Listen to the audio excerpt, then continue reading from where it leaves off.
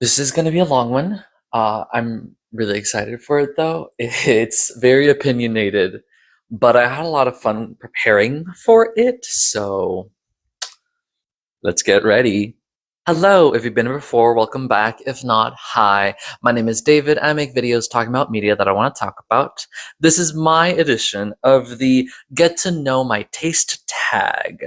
I was tagged by Jackie over at Bookish Wordsmith. Thank you so much. This is such a fun tag, and I'll have her video and her account linked in the description below. Go check out her video. She has it was a great video. Love the video, and I'm really excited to do these 15 prompts asking about my taste in books and book related stuff. And yeah, don't judge me too hard, please. I also have a playlist with other booktube and book tag videos as well, so go check that out if you so desire. And let's get into it. Prompt number 1, how do you rate books?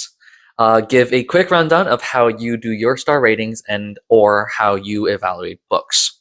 And so I don't do like a 5-star rating. I do just a 5-digit rating. I don't know why. Stars to me feel more for like movies, but I just use digits for books. Generally, so let's start from like lower end and go upwards. Books that I DNF because I didn't want to continue reading them, I don't rate at all because I feel that you can't really give a good rating, a true valid rating over a book that you did not finish. Which is why, for me, a 1 rating is a book that I hated. I did not like it at all, and I finished it begrudgingly, but I finished it so I could be a true hater. However, there are some books that I've DNF'd because they were really bad, and it's very, very, very rare. This only happened like 2 times. One time in middle school that I don't even remember what book it is, but I remember specifically hating this book so much that I stopped reading it. And the other one was The Wanderers by Chuck Wendig. I it was horrible. It was so bad. As I kept reading it, I stopped reading it halfway through, and I was like, I don't want to rate this, but I have to be true to my feeling, and it is a 1 on like Goodreads. But generally, I respect books in terms of like if I don't finish it, I cannot give it a full rating because I didn't get to consume the entire thing. It's very rare for me to even DNF a book in general. A 2 rating is the book is flawed and I didn't like it, but it has some merit. Something within the book was good enough, but overall did not like it. And sort of like the reverse for a rating of 3. It's like it was fine, middle of the road. There's some things I didn't like, some things I did. It's just middle of the road. There's a lot of books that end up falling into the 3 rating for me. 4s are definitely like good books. These are good books. Probably not my favorite, but it was written well or something really good. It was generally a good book.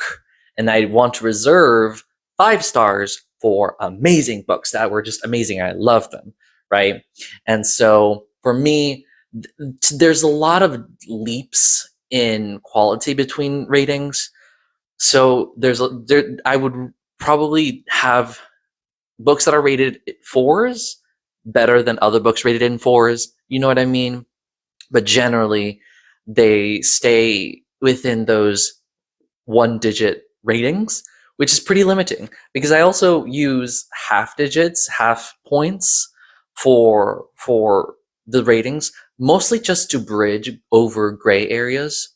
So, for example, a book may be 3.5 in terms of like, yeah, it was middle of the road, didn't love it, didn't hate it, but there was like one thing that I really enjoyed about it. Or a 1.5 or 2.5 is like there's just one little element there that gives just a little bump up, but not enough. 4.5s are like, yeah, this is just barely an amazing, or not barely, almost, that's a term, almost an amazing, wonderful, top book, but there's something holding it back, right? And so I have those there, and generally, it's kind of wishy-washy, kind of just how I feel about it as well. It's not a perfect system, not a perfect man.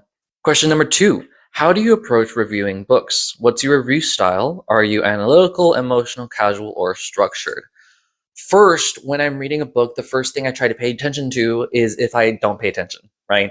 If I get lost, so it's an emotional sort of reading. If I get lost in the story, if I lose myself in what I'm reading, then that's amazing. If I am reading and I'm like forget that I'm like just reading it, if I can see it in my mind, amazing. Sometimes it's just I'm really enjoying the book, right? It is purely emotional. I'm gonna try my hardest. Sorry, I'm taking a break here. I'm gonna try my hardest to show y'all what I'm seeing right now.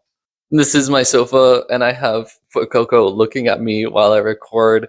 And I was answering this question, and I turned to the side, and I saw him looking at me. So isn't he cute? I forget what we called him. I think it was Chase or something. He's so cute. Okay, I tried getting to the same frame that I was before. Anyways, so sorry. I had to take a for Coco break. Anyways, if I get lost in the story, good. If it gets to the point where I'm kind of like just going through the motions and not getting lost in the story, then I turn into a technical reader. I'm a writer. I know how to write, and so looking at the technical aspects of the story helps me judge it. If I didn't get fully into the emotion of the story, I can at least judge it by how well it was written. Those tend to be 3 to 4s. And that's sort of how I look at reviewing books. Did I lose myself in the story? And if I didn't, is it still well written or not? Because sometimes I just might not connect to the story. Sometimes a technical thing pops up while I'm lost in the story, and that adds on to my enjoyment of it and my review of it. And so, but yeah, it's mostly just emotional and like technical combined.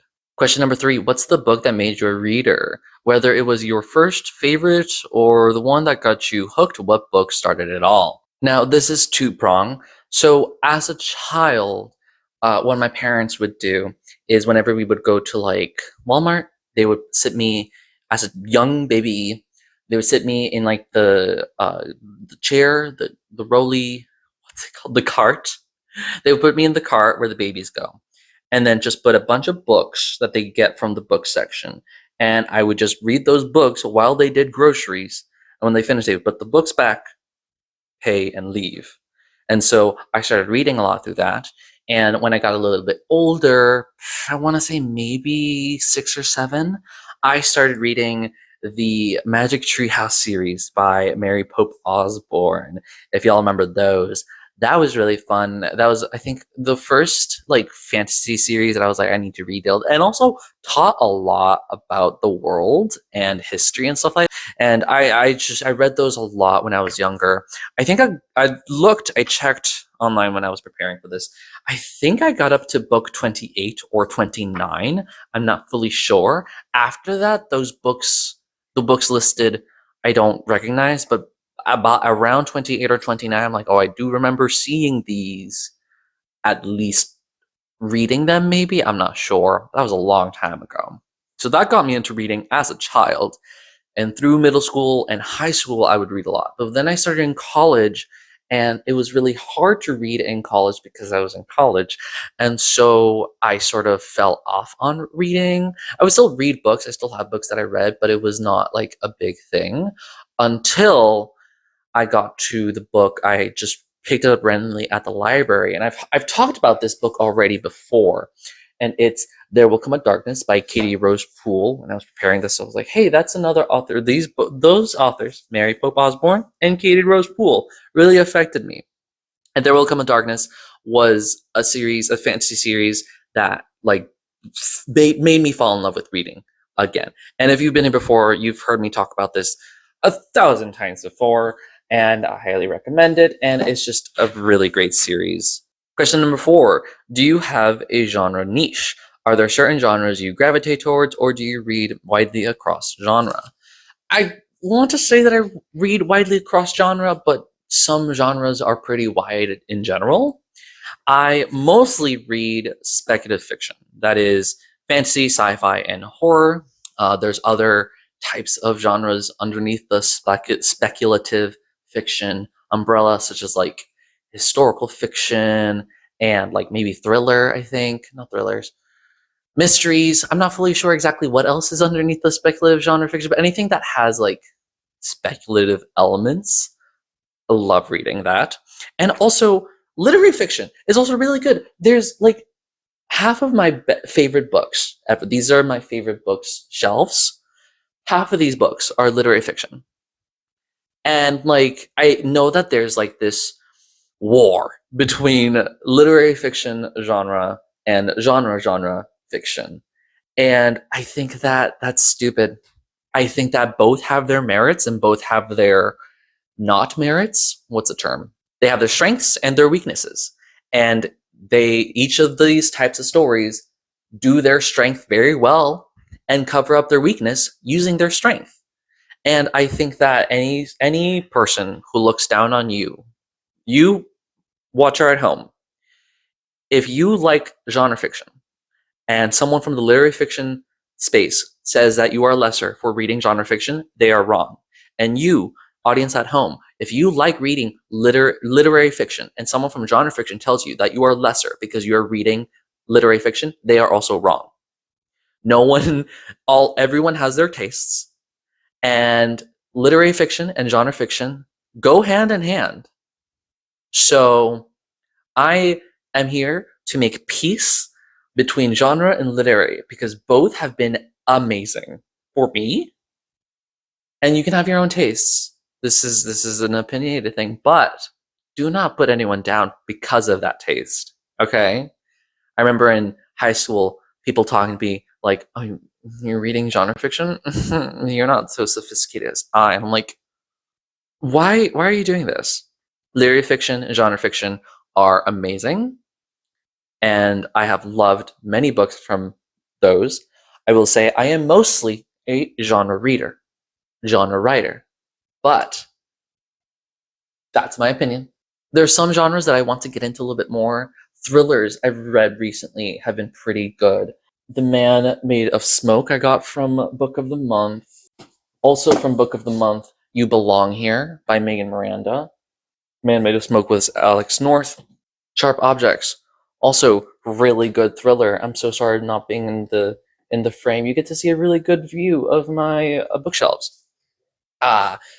Thrillers have been pretty interesting. I did not expect thrillers to be really good because I read a few thrillers when I was in high school and I did not quite enjoy them.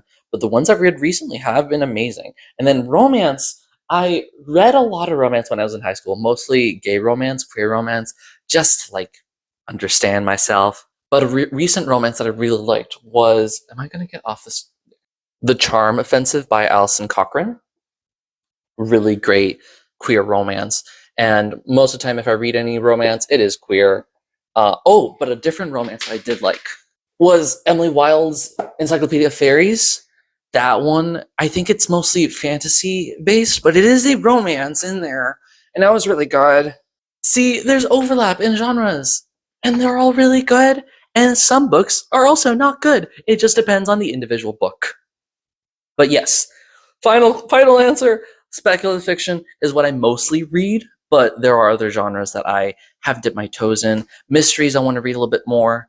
I don't quite read nonfiction. Some nonfiction has been pretty good, but it's not as crazy for it like other genres. But anyways, moving on. Number 5, do you generally prefer character-driven or plot-driven stories?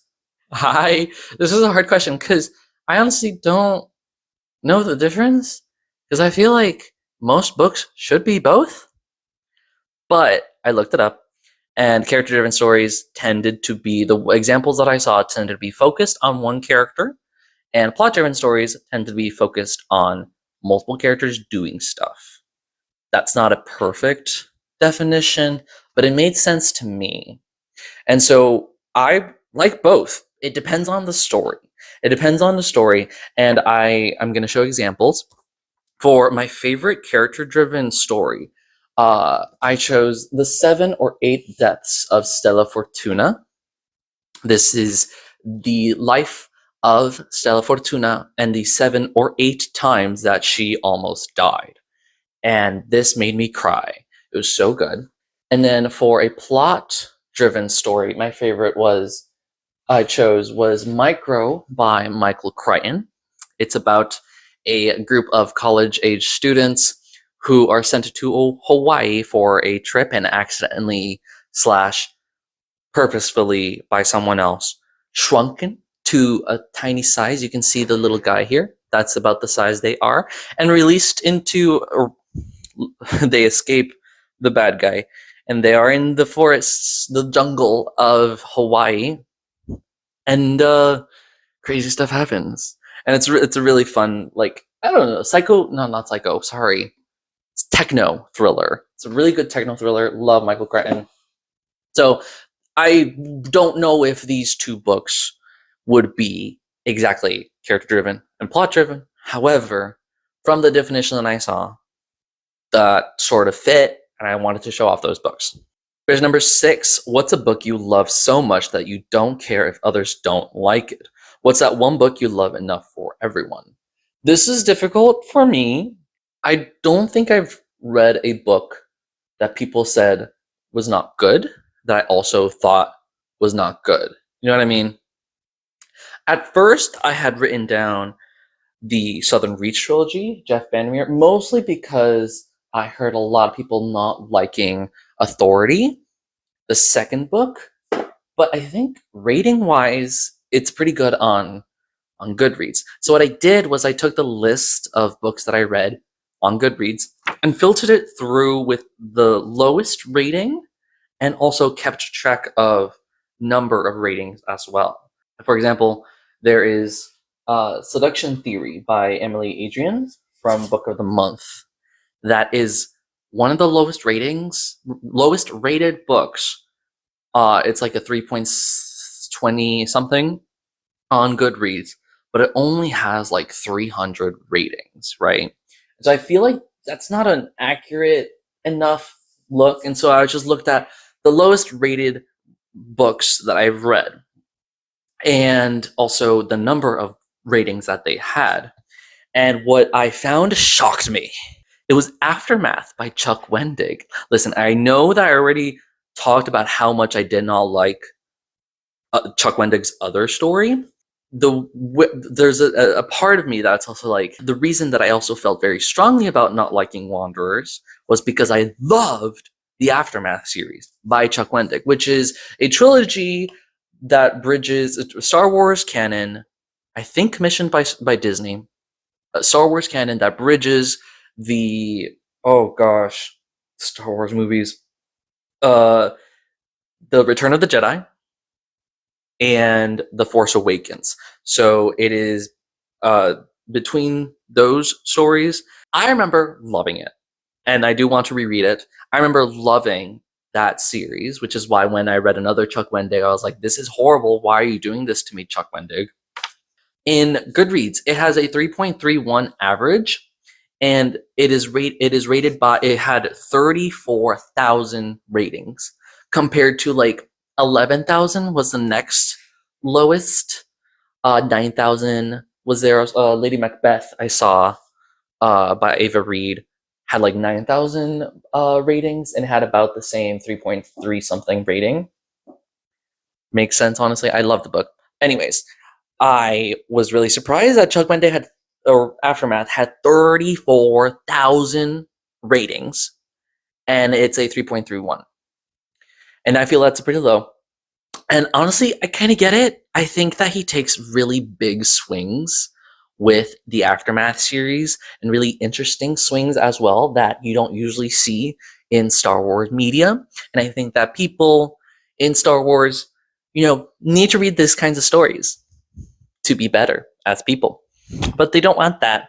And so to me, I'm like, if people don't like the Aftermath series, that's fine, because I loved it. And I love the characters. I need to reread this series because I read it in high school.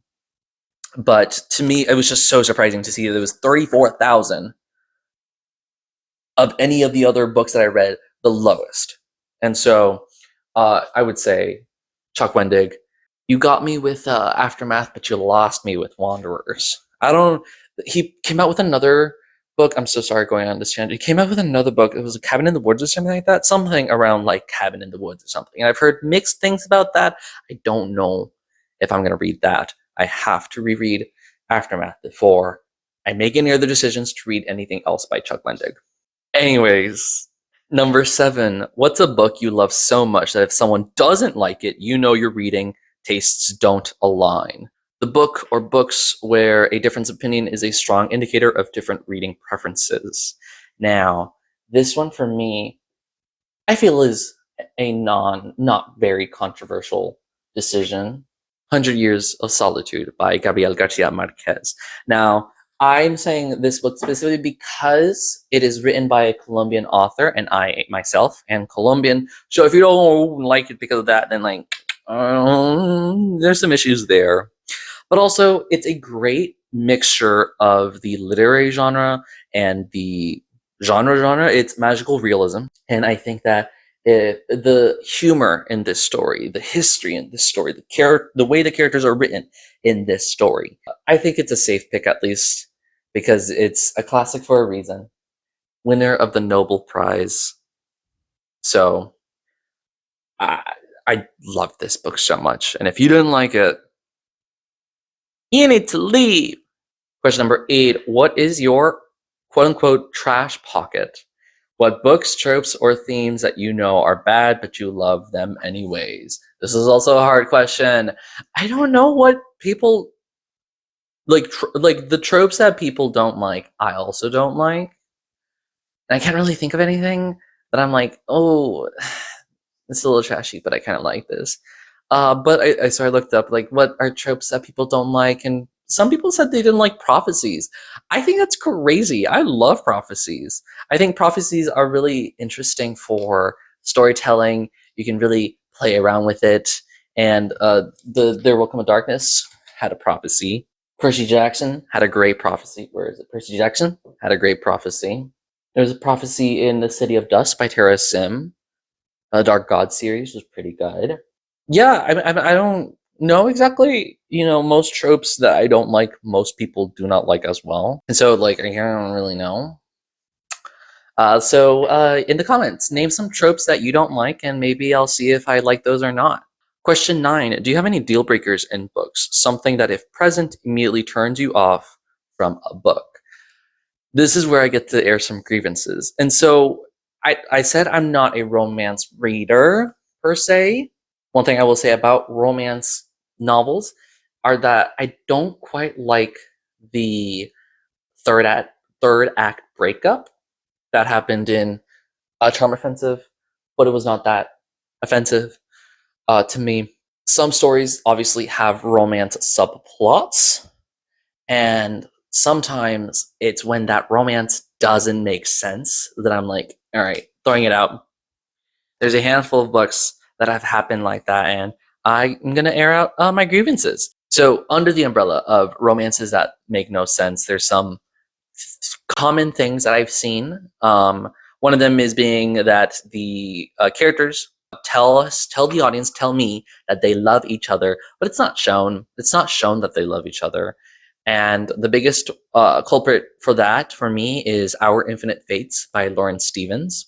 In the book, they say many times how much they love each other, but their lack of communication, their arguing, the entire plot was like, are you actually in love with each other, or are you just made to quote unquote love each other because it looks like you hate each other? And I hated that.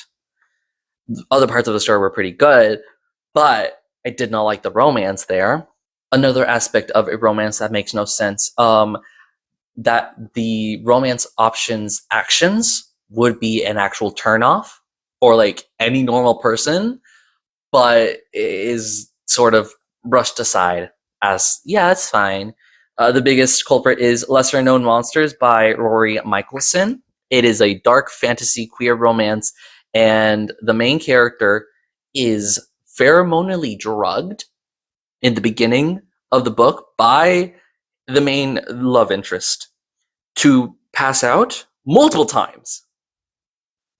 And then they get together halfway through, and they're like, "You're kind of hot. You're a monster. Oh my god!" And I'm like, he pheromonally drugged you to pass out at least 2 times. Why are you entertaining this? I hated that. And also, this one's a little looser in terms of a romance that doesn't make sense, but and I don't see it as much either. But it's like a queer theme that is like reversed or changed, and the biggest culprit for me was Autonomous by Annalee Newitz. It's built on the description of the story. It mentions a romance between one of the main characters and a robot that he works with. Right? It's like a cop and the robot chasing after Pirate Girl. Pirate Girl's cool. I don't remember her that much, but the cop and robot, the robot is always being named as a male using he/him pronouns, even though it's a robot.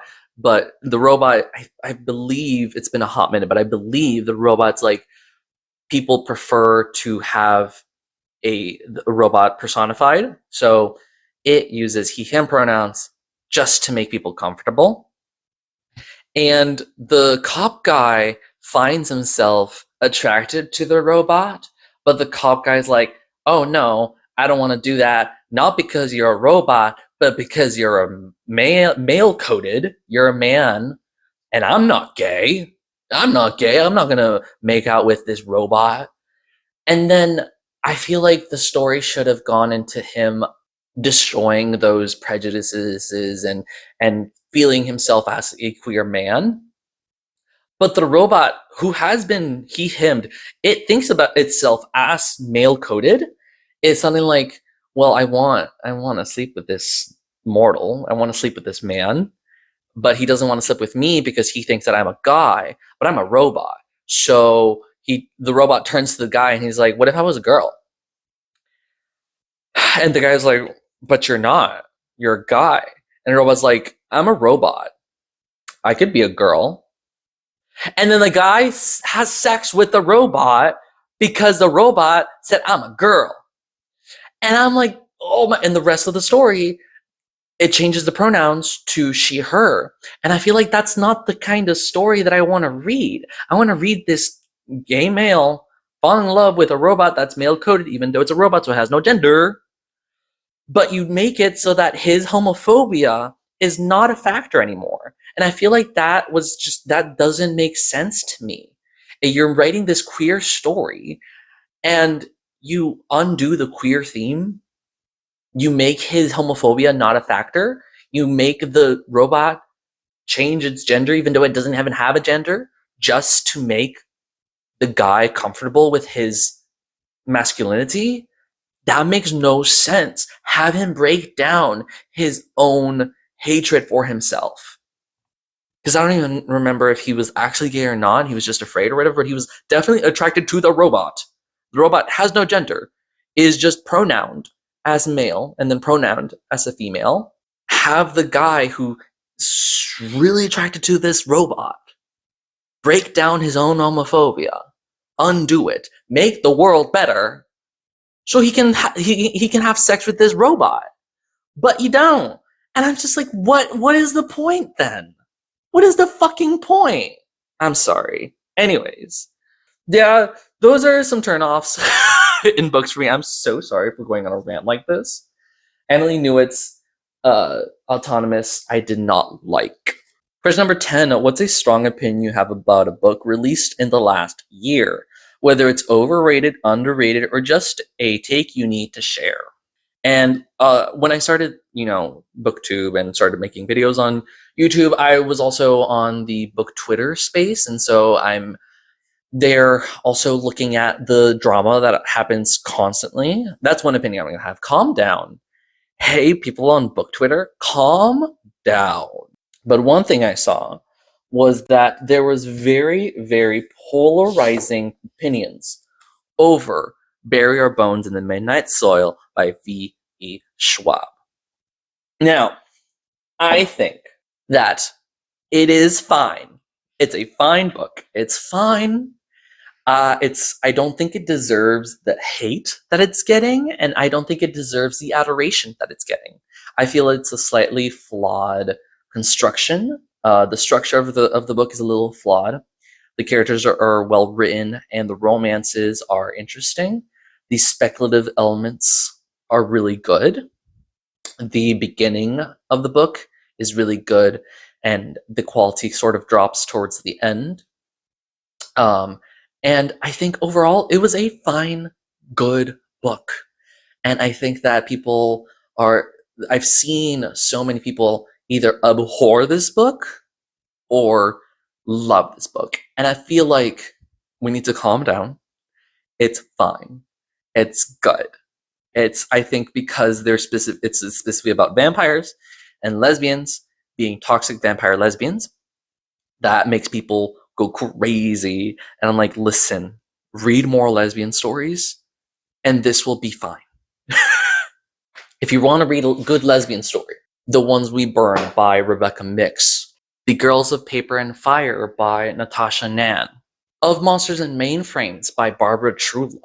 Those are some really good lesbian romances, lesbian stories that it will make Bare Bones and Midnight Soil fine. The First Sister trilogy. Read more lesbian stories and it'll be fine. I will tell you, the queer women I've seen read this book have been normal about it. So the book was fine. It was good. I liked it. It's fine. Where's my note card? Question 11. What do you look for in writing?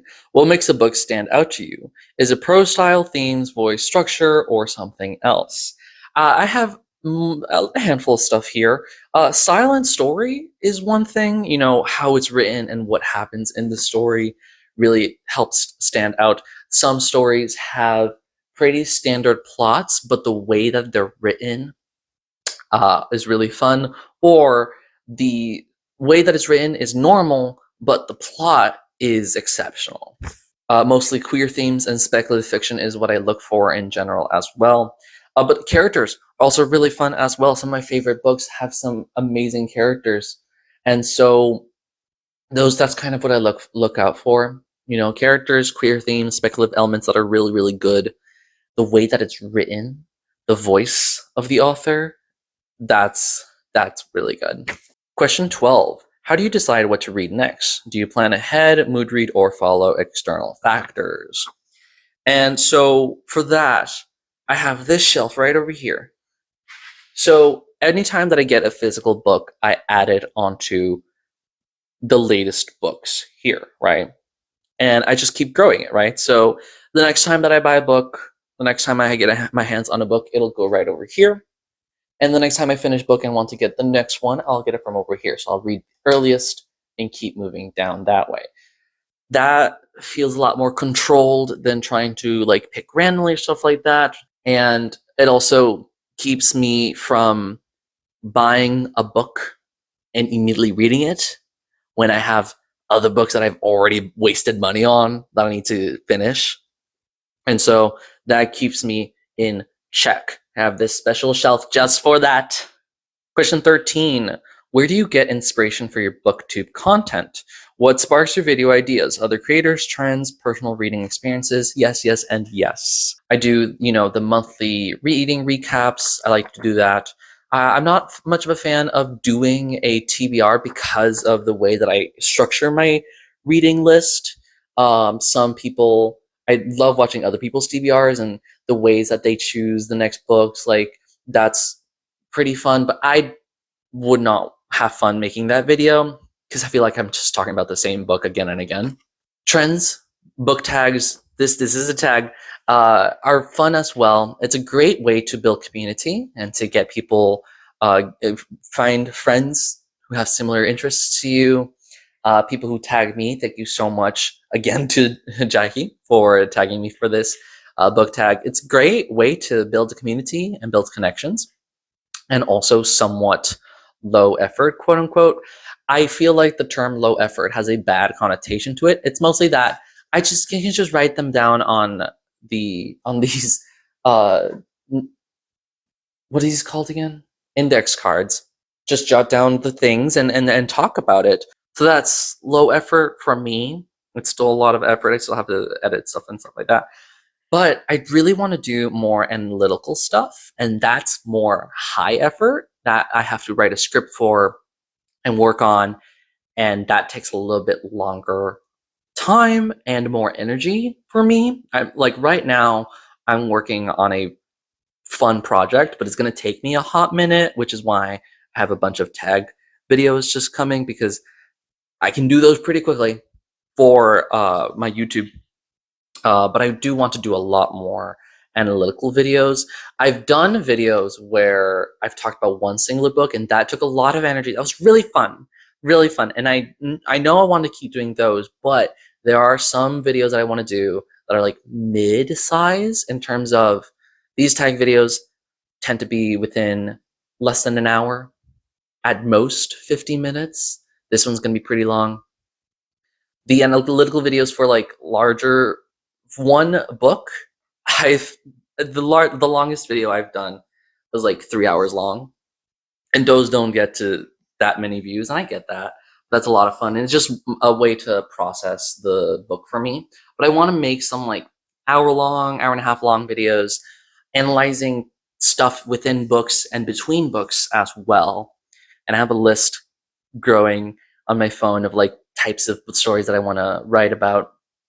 And I just want to make, I don't have a label for myself as a booktuber, or it's just as a YouTuber, because I want to talk about many different things. Right now, books are really accessible to me because that's the time that I have when I work. I have a lot of time in my hands, so I can read, right? I want to talk about movies. I want to talk about TV shows. And so right now, I'm just trying to work through it. I've made a lot of videos about the Magnus Archives. I want to make more videos about podcasts.